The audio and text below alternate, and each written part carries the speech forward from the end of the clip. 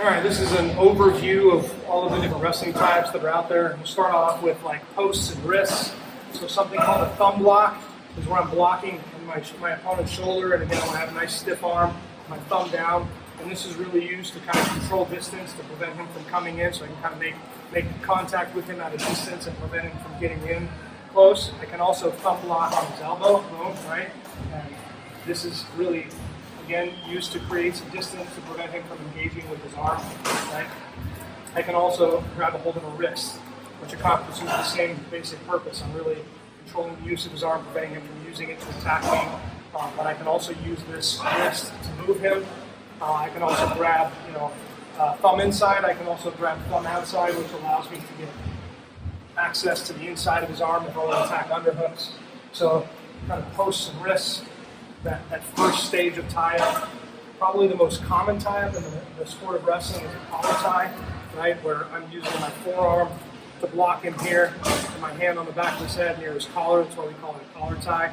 And again, I can use this to push, to pull, to swivel, and I'm moving with my hands, but I'm also moving with my feet. I'm driving and pushing, I'm pulling, moving, bring him with both hands and feet with that collar tie. Another common tie, maybe also one of the most common ties in the sport of wrestling is an inside tie. So if my opponent comes to tie up with me, I'm controlling the inside space. So we'll focus on this side, right? So he's reaching for me, I'm coming inside, and my hand is on his shoulder or like upper bicep, and I'm using that to push against his shoulder. And so again, if I have two inside ties here, I'm pushing on his shoulders, but I can also reach over the back of his arm and the tricep or the armpit, and I can pull here, right? And so you can see I don't really want to use my thumbs for this. I want to be able to kind of maneuver back and forth, and so I go with a meat hook, lose my thumb, and so I can push, pull, push, pull, push and pull, push and pull, right? And so those are my inside ties. Now, if my opponent goes inside tie or collar tie on me, I can do something called an elbow tie, or sometimes people call it an outside tie, where I'm grabbing control of the elbow. And this really allows me to get underneath my opponent's arms, right? So if he's grabbing a hold of my head, he wants to be really hard on my collar tie, but with my elbow tie, I'm able to get underneath it. I can also, if he goes collar tie, heavy collar tie, if I take this elbow and pull it to my chest, it really kind of takes away his collar tie there. So again, that's how we use an elbow tie. The next thing we'll do, this is maybe not as common, but something called an over tie. So Mickey goes with don't do a collar tie on this side. So he goes collar tie on this side, and there's two different kinds of over ties. The first is where I'm using this as a block, so I'm coming over his arm, that's why it's called an over tie. I can block at his armpit or against his chest or even against his throat here, right? And so again, this is giving me some leverage to block. I'm using his arm, which is anchored onto my head, to kind of like push away against him, right? So that's a over tie. There's a few different things we can do from there, but I can also over tie to the head, which this still allows him control of the inside space. But if he pulls down on my head, he kind of pulls down on his own head at the same time, and then there's a lot of different things I can use that over tie to set up.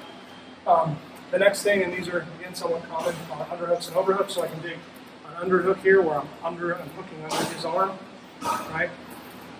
And there's kind of two different kinds of underhooks. So there's an underhook where I'm coming to the shoulder, and this is going to be a lot more useful with head position where I'm attacking legs, right? So I can use this to lift and drop. I can use this to snap and pull. But then I can also use an underhook, instead of just coming to the shoulder, I can come to the waist, right? And so if I'm coming here to the waist on this underhook, this allows me more access to his hips and his body.